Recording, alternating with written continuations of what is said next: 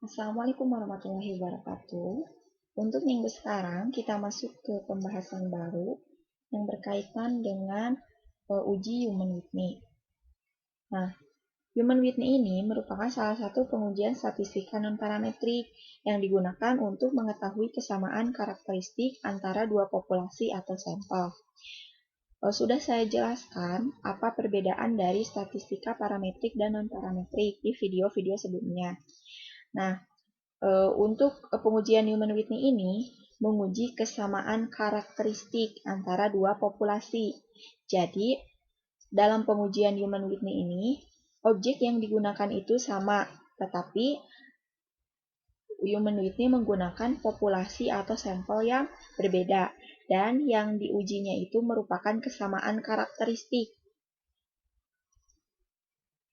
Dalam uji Human Whitney ini, ada dua formula yang digunakan, yaitu U1 dan U2.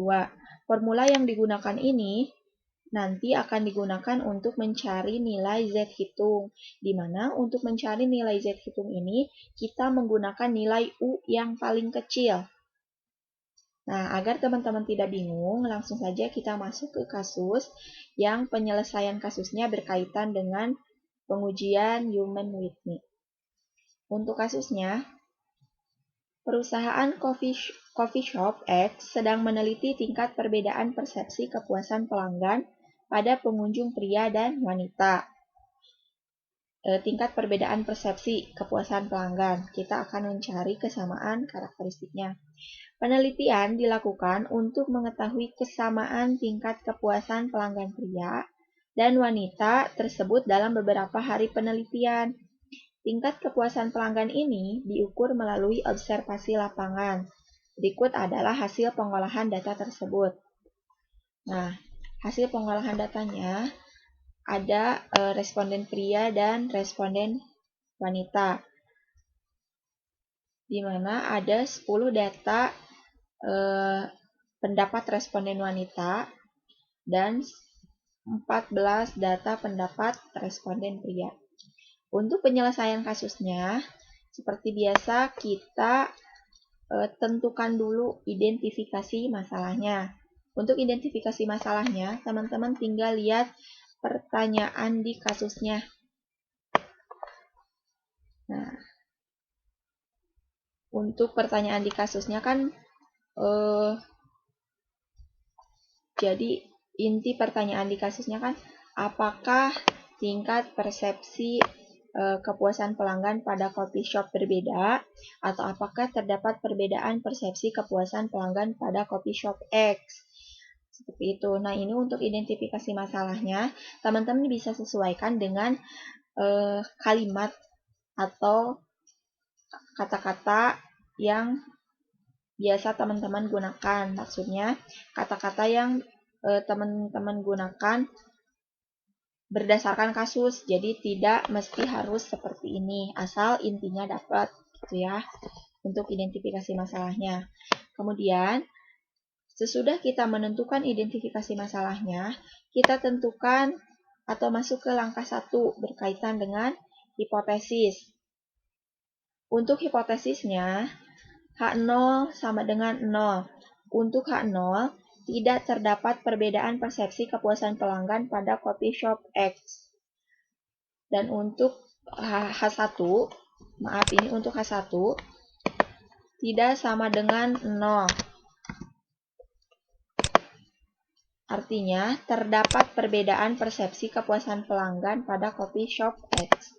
Nah, untuk H0 ini selalu kebalikannya dari identifikasi masalah. Jika di identifikasi masalah itu terdapat perbedaan, maka H0-nya tidak terdapat perbedaan, dan H1-nya terdapat perbedaan. H1-nya menyesuaikan dengan identifikasi masalah. Nah, teman-teman sudah lebih paham untuk cara menentukan identifikasi masalah dan hipotesis, karena di beberapa video sebelumnya sudah saya jelaskan cara penentuan identifikasi masalah dan hipotesis dari suatu kasus. Kemudian, langkah kedua, kita menyusun taraf nyatanya. Untuk taraf nyata, dalam kasus ini, seperti kasus-kasus sebelumnya, taraf nyata atau alfanya sebesar 5% atau 0,05. Selanjutnya kita masuk ke langkah 3, statistik uji.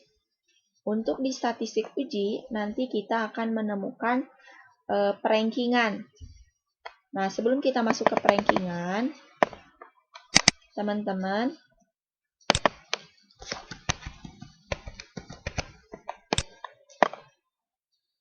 sebelum masuk ke perankingan, teman-teman nanti salin dulu data dari kasus. Untuk mengisi yang kolom X ini, X yang wanita ini, teman-teman isi data dari responden wanita yang ini disalin sampai ke bawah sampai 54. Kemudian untuk mengisi nilai Y yang pria, teman-teman salin dari 38 ini data responden pria sampai ke 61 yang ini. Nah, sesudah kita salin, untuk mengisi nilai Rx dan Ry, kita lakukan perankingan. Nah, ini untuk perankingannya. Untuk melakukan perankingan, teman-teman urutkan data dari data yang wanita dan pria. Tadi kan wanita datanya ada 10. Yang responden wanita datanya ada 10. Yang responden pria datanya ada 14. Nah, dari kedua ini, teman-teman urutkan dari data yang paling besar atau data yang terbesar. Jadi bukan satu-satu ya, bukan satu-satu dari responden wanita, kemudian dari responden pria, bukan satu-satu. Ini langsung keduanya. Kan responden wanita ada 10 data, kemudian responden pria ada 14 data. Berarti nanti akan ada 24 data ke bawah. Tapi teman-teman harus mengurutkan dari data terbesar atau data paling besar ke data terkecil. Nah, untuk data paling besar dari data wanita dan data pria, kita peroleh data, ada data 66. Kita masukkan ke sini, ke data untuk melakukan perankingan. 66, kemudian ada 65, 63, gitu. Pokoknya diurutkan dari data terbesar, dari data responden wanita dan responden pria, ke data terkecil. 38 dari kedua data tersebut. Nah, kemudian cara melakukan perankingannya, teman-teman tinggal lakukan misalkan yang terbesar ini ranking 1, yang kedua ranking 2, yang ketiga ranking 3. Nah, jika ada data yang sama, itu tidak melanjutkan ranking 4, ranking 5, tapi misalkan ini ada data yang sama, 62 dan 62. 62-nya ada 2. Nah, untuk melakukan perankingannya, teman-teman tinggal jumlahkan nomor urut ininya. 4 ditambah 5 dibagi banyaknya data yang sama. Ini kan banyaknya data yang sama ada 2. Berarti 4 ditambah 5, 9 dibagi banyaknya data yang sama ada 2. 9 dibagi 2, 4,5 gitu. Nah, sesudah sesudah kita melakukan perankingan pada data yang sama, selanjutnya kita langsung ke 61. Nah, kenapa 61 di sini rankingnya langsung 6? Karena kita nurutin nomor urut yang ini. Jadi, meskipun kita misalkan di sininya 4,5, ke sini kita tidak 5. Kita nurutin yang nomor urut ini. Karena data yang 61 ini berada di nomor urut ke-6, berarti kita langsung nomor urut ke-6. Ya, jadi untuk perankingan itu kita nurutinnya ke nomor urut, tapi ada pengecualian jika datanya sama, ada data sama. Misalkan ini 62-nya ada 3. Ke bawah misalkan ini 62. Nah, teman-teman tinggal ngejumlahin nomor urutnya. 4 ditambah 5 ditambah 6. Dibagi banyaknya data yang sama. Dibagi 3. Gitu ya. Nah, untuk rankingan selanjutnya, teman-teman tinggal menyamakan ranking dengan nomor urut. Gitu. Paham ya untuk rankingan? Nah, jika kita sudah melakukan rankingan, sudah nih sampai beres ke bawah. Selanjutnya, kita tinggal masukkan nilai rankingan tersebut ke kolom RX dan RY. Teman-teman tinggal lihat, untuk X, kita ngisi yang RX dulu ya. Untuk X, data 48, rankingannya berapa? Kita lihat 48, rankingannya 19,5. Berarti teman-teman tinggal salin ke sini 19,5. Kemudian data yang 54, rankingannya berapa? 54, 14,5. Teman-teman tinggal salin ke sini 14,5. Begitupun selanjutnya seperti itu ya. Nah, contoh yang untuk responden Y. 38 untuk responden Y. Kita cari nilai 38. Untuk 38, perankingannya itu 24. 24. Berarti masukin di sini 24. Kemudian 47. 47 dia ranking ke 21. 21 berarti dimasukin ke sini. Sampai beres ya. Nah, jika nanti kita sudah melakukan rankingan sampai beres, selanjutnya kita jumlahkan. Jumlah dari hasil ranking ini berapa. Ini yang nanti namanya R1. Kemudian untuk ini hasil jumlah dari R yang ini berapa, ini yang nanti akan jadi nilai R2. Gitu. Nah, untuk ini, kalau yang ini namanya N1. Untuk N1 itu berarti banyaknya jumlah data ke 1. Ini kan banyaknya ada 10, berarti N1-nya ada 10. N2-nya karena responden pria tadi jumlahnya ada 14, berarti N2-nya 14. Gitu ya. Nah, selanjutnya, seperti tadi yang sudah saya sebutkan, di Human Whitney ini ada dua formula yang kita gunakan, yaitu U1 dan U2. Jadi nanti untuk nilai Z hitungnya, kita masukkan nilai U yang paling kecil dari kedua U ini. Untuk menghitung nilai U1, kita menggunakan rumus N1 dikali N2 ditambah N1 dikali N1 ditambah 1, 1 di sini merupakan rumus, per 2, 2 juga rumus, dikurangi R1.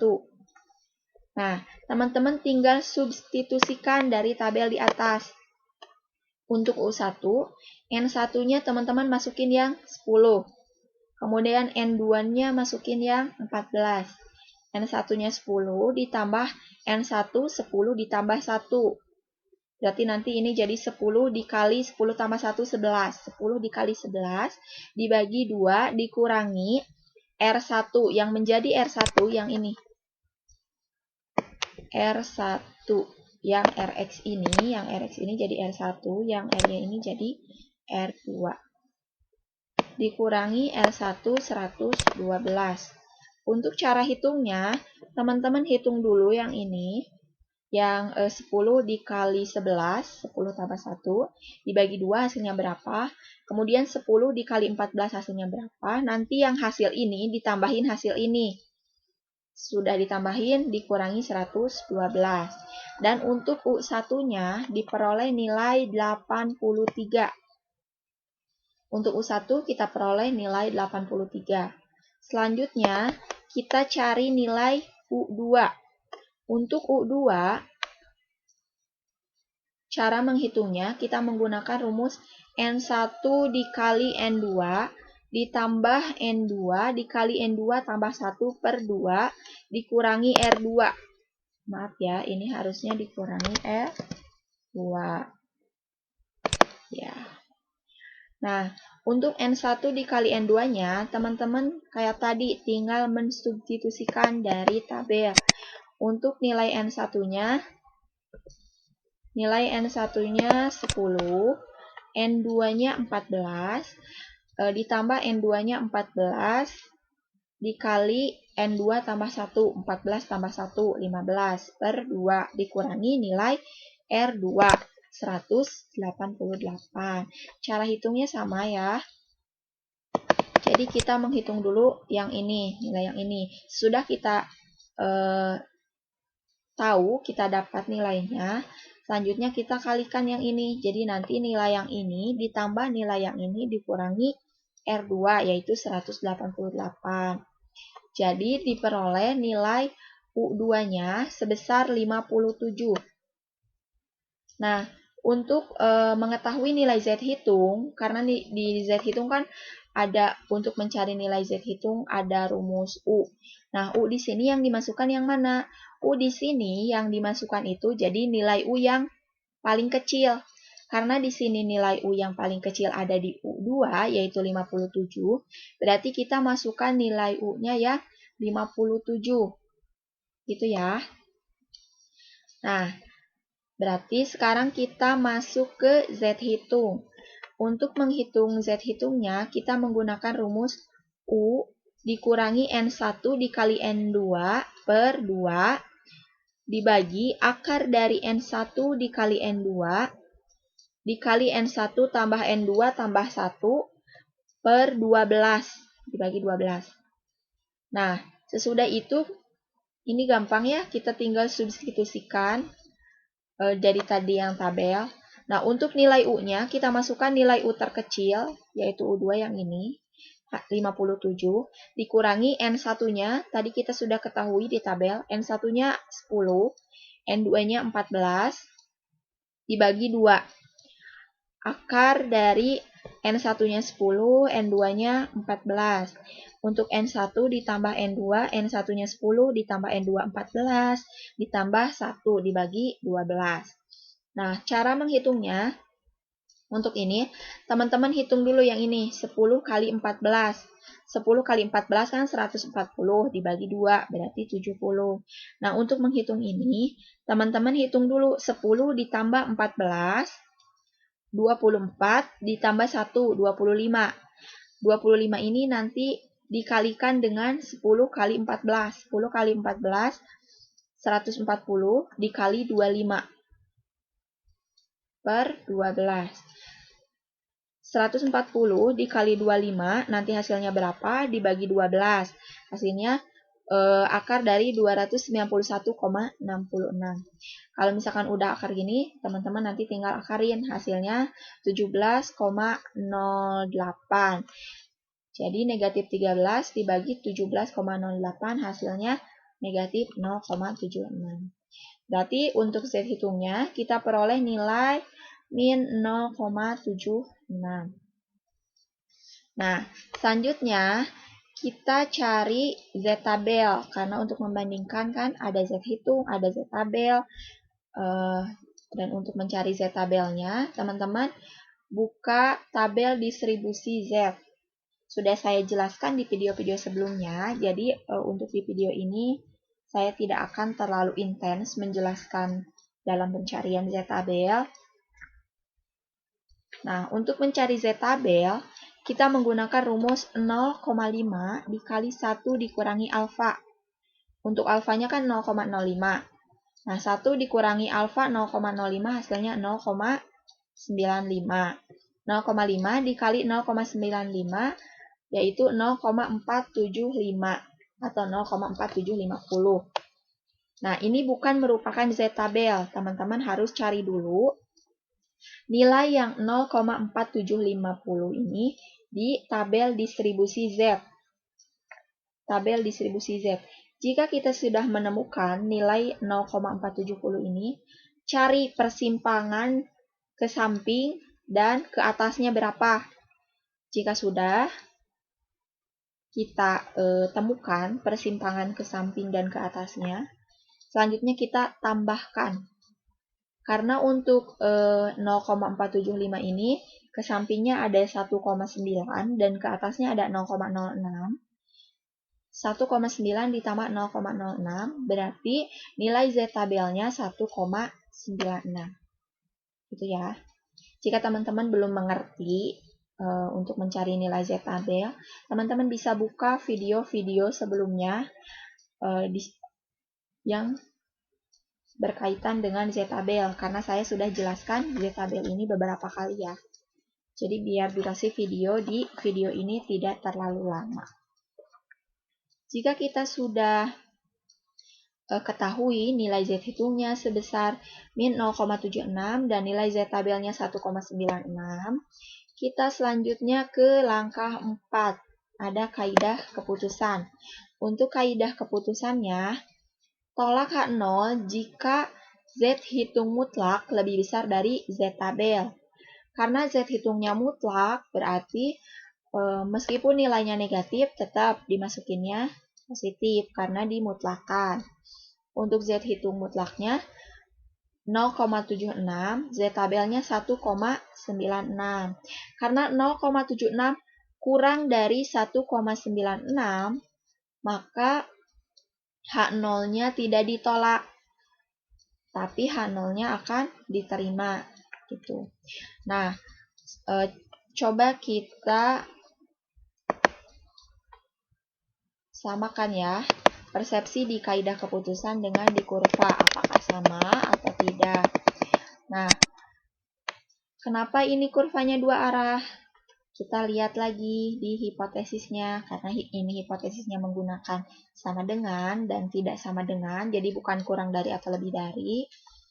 Jadi kita menggunakan kurva dua arah. Seperti biasa, untuk yang diarsir, ini untuk daerah H0 ditolak. Dan yang tidak diarsir untuk daerah H0 diterima. Sebagai pembatas antara H0 ditolak dan H0 diterima, atau yang daerah diarsir dan daerah yang tidak, untuk pembatasnya kita masukin nilai Z tabel. Untuk ke kanan nilai Z tabel positif dan untuk ke kiri nilai Z tabel negatif. Kemudian kita masukkan, teman-teman memasukkan Z tabelnya, maksud saya memasukkan Z hitungnya harus yang sudah dimutlakkan. Jadi bukan Z hitung yang min yang tadi, tapi Z hitung yang sudah dimutlakkan yang 0,76. Nah, 0,76 berarti ada di sebelah kanan 0, tetapi di sebelah kiri 1,96 yang ini. Di sini berarti. Nah, berarti 0,76 ada di daerah H0 diterima. Berarti sudah sama ya. Di kaidah keputusan sama di kurva kaidah keputusan. H0-nya diterima. Nah, sesudah kita melakukan kaidah keputusan, selanjutnya kita memutuskan dengan pasti. Ini tuh H0-nya diterima atau ditolak. Nah, berdasarkan tadi kaidah keputusan, yang ini kemudian kurva kaidah keputusan, kita memutuskan bahwa H0-nya diterima karena Z hitung mutlak yaitu sebesar 0,76 kurang dari Z tabel yaitu sebesar 1,96. Jika kesimpulannya H0 diterima, berarti artinya tidak terdapat perbedaan persepsi kepuasan pelanggan pada Coffee Shop X. Gitu ya. Jadi untuk kesimpulannya, karena H0 diterima, berarti kita masukin yang H0 ini, yang tidak terdapat perbedaan persepsi. Tuh, tidak terdapat perbedaan persepsi kepuasan pelanggan pada Coffee Shop X. Itu jika teman-teman ada yang belum paham mengenai pengujian Human Whitney, bisa teman-teman tanyakan di grup WhatsApp ataupun di Google Classroom ya. Nanti untuk output tugasnya bisa didiskusikan dengan teman-teman asisten ataupun instruktur. Sekian yang dapat saya sampaikan berkaitan dengan pengujian atau uji Human Whitney. Semoga teman-teman mengerti. Jangan lupa latihannya dikerjakan. Sekian dan terima kasih. Wassalamualaikum warahmatullahi wabarakatuh.